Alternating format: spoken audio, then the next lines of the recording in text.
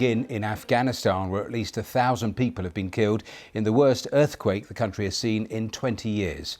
The 6.1 quake struck in the middle of the night. Paktika in the southeast has confirmed the most deaths. But the tremors were felt by 119 million people in Afghanistan, Pakistan and also India. Rescue teams are still searching for people buried underground, and the Taliban has appealed for international help. Our correspondent John Donaldson has this report. In remote eastern Afghanistan, there were chaotic scenes as the first military assistance arrived.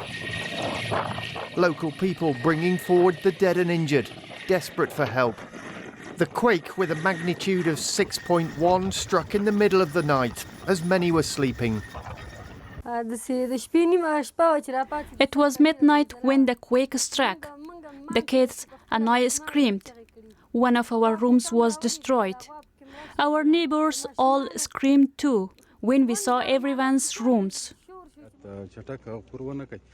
With healthcare basic here at the best of times, makeshift field hospitals have been set up. In this part of Afghanistan, a lot of the houses are mud-built and were no match for the force of the quake. In Guyana district, 1,800 homes have been destroyed. We don't know if there are still people in those homes, so we're desperately trying to work with local partners to get through that rubble and see if there are any survivors. The Taliban is trying to coordinate an aid operation with the Red Crescent and has called for international help. But since the Islamist group took power last year, foreign assistance has dried up. And all this in a country already in the midst of a humanitarian catastrophe, ravaged by drought, famine and poverty. John Donaldson, BBC News. Well, more detail emerging all the time. Our Afghanistan correspondent Secunda Kamani is reaching the epicentre of this quake. He's just sent us these pictures from a hospital in the capital of Paktika province, where, according to the UN, at least 50 people injured in that earthquake have been taken for treatment. So more of that detail as it comes into us. Let's speak now to Nesifa Magendi, who's the Afghanistan head of delegation for the Red Cross. He joins us live now from Kabul. Thanks so much for being with us here on the programme. Start by telling us how bad it is and what you're actually dealing with. Thank you for having me. Actually, we deployed our teams from Kabul this morning. They're just arriving this evening and they're telling us already the situation is really bad. As was mentioning in your news earlier, they have collapsed houses, and then you have hundreds of people or thousands trapped in rubble. Estimates show that at least 1,000 are dead now, but these numbers will definitely increase when those who are trapped in the rubble are reached.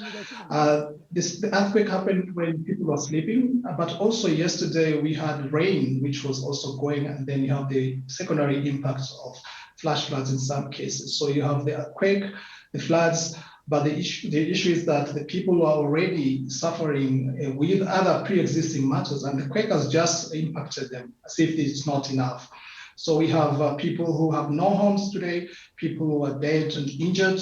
We have people who are going to spend the night out without any shelter on their head. And as you mentioned, a lot of injuries who are needing treatment. I'll come back to what help you're going to be able to give in the coming 48 hours or so. But just tell me, in terms of access, where have you been able to access and where have you not? First of our teams, the Afghan Red Crescent teams, are usually on the ground. So they are the first among the first responders because they come from those communities. They've been working to help where they can, but they need, of course, even their own families are affected. They needed to be beefed up, and we've deployed teams from the surrounding provinces and teams which are going from Kabul. They've just only been arriving this evening, and then they will be mapping out, of course, tomorrow. At this point, it's too early to highlight which specific areas, but the needs will be high. We imagine that the remote areas will also be the ones which are requiring our support, especially when not many agencies will reach there. So this is the usual in any earthquake, in any country, you'll find there are access challenges. But in this case, there were already limitations. As I mentioned, it was raining, but also people, the coping capacities had already been stretched by the realities which have been in this country for the past almost a year now. And tell me a little more about what it is you actually need, whether it's resources, supplies, what you actually have in situ already in the country. So because we have been responding to needs of people who have been affected by the drought, which has been prolonged, food insecurity, we've had cases also, people for post-conflict context. We already had supplies already mobilized, food items, we had non-food supplies, including tarpaulins, which we have been able to take from the other areas to send to affected areas. As we mentioned, injuries are there because of the collapsed buildings. We have mobile health teams in the areas. We are beefing them up with additional medical supplies, which we just dispatched this afternoon from Kabul. But this will not be enough. We need to send more. Of course, the first priority is to make sure that those who are injured get treatment as soon as possible. Those who are trapped out of the rubble are taken out. And then people get initial supplies, food, water, the basics, a roof over their head. And these are the priority for now. And then in the days to come, of course, we have to think about how they can cope with themselves. And that will mean also giving them cash to buy whatever they can buy from the local markets. So we are only starting to roll this response, but it will require a lot of support from the international partners. As you said, the situation is not very good already, as it were. Yes. Even before the...